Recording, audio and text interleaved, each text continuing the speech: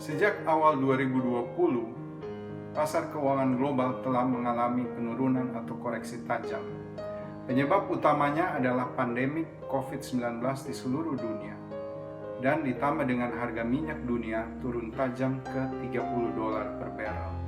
Yang terjadi di pasar antara lain, investor di dalam maupun luar negeri menjauhi aset beresiko dan memindahkan dana menjadi kas atau safe haven dalam bentuk dolar atau US Treasury.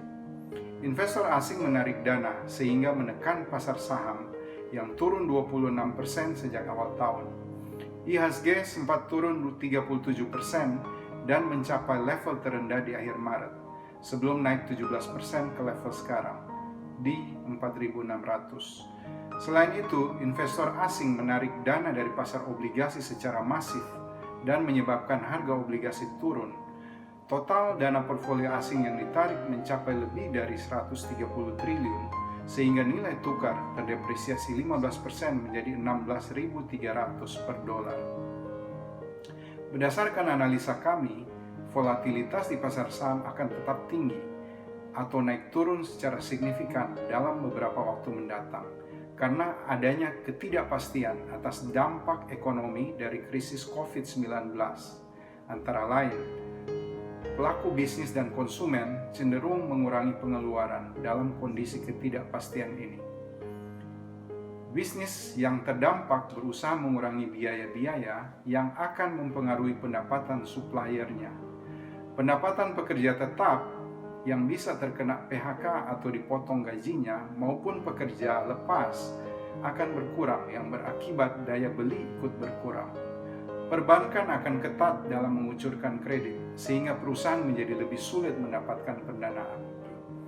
Pada saat ini, para investor sedang mencermati perkembangan antara lain kenaikan jumlah kasus baru COVID-19 di luar Tiongkok, terutama di Italia, Spanyol, dan Amerika Serikat. Data terakhir menunjukkan bahwa kasus baru di Italia dan Spanyol mulai menurun, sedangkan di Amerika Serikat belum turun. Yang kedua, penemuan obat yang bisa menyembuhkan pasien positif COVID-19. Obat yang digunakan saat ini untuk membantu pengobatan COVID termasuk chloroquine dan Avigan. Penemuan vaksin diperkirakan masih memerlukan waktu sekitar 12 bulan sebelum bisa dipakai secara umum. Jadi, kami perkirakan pasar masih akan mengalami volatilitas yang cukup tinggi dalam beberapa minggu mendatang. Belajar dari sejarah, Indonesia selalu berhasil melalui krisis regional atau global, termasuk krisis moneter 98, krisis keuangan global 2008. Oleh karena itu, kami perkirakan Indonesia akan bisa melalui krisis COVID ini. Pemerintah menangani krisis ini dengan sangat serius. Buktinya, pemerintah menggolongkan krisis ini sebagai kondisi yang luar biasa atau extraordinary yang memerlukan respons yang luar biasa. Antara lain, penerapan social distancing yang saat ini diperketat dengan kebijakan pembatasan sosial berskala besar sebagai upaya memutus mata rantai penularan COVID.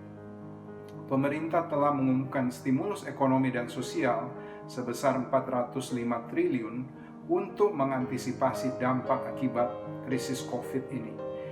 Ini adalah stimulus terbesar dalam sejarah Indonesia yang ditujukan untuk kesehatan 75 triliun, dana bantuan sosial 110 triliun, dan lainnya untuk insentif pajak dan dana program pemulihan ekonomi. Bank Indonesia telah melakukan beberapa intervensi, terutama stabilisasi nilai tukar dan pembelian surat utang negara. Baru-baru ini, Bank Indonesia juga telah menurunkan suku bunga acuan sebesar 0,5% menjadi 4,5% untuk menstimulasi pertumbuhan ekonomi. Pada akhirnya, ada dua hal penting yang ingin kami sampaikan.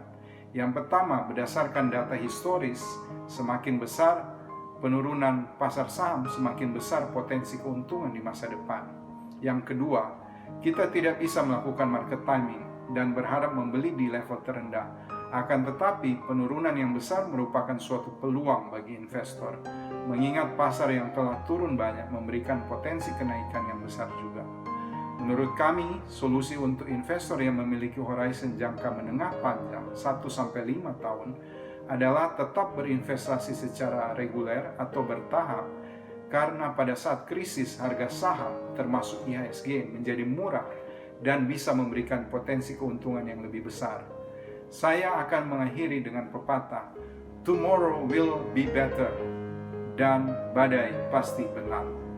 Terima kasih.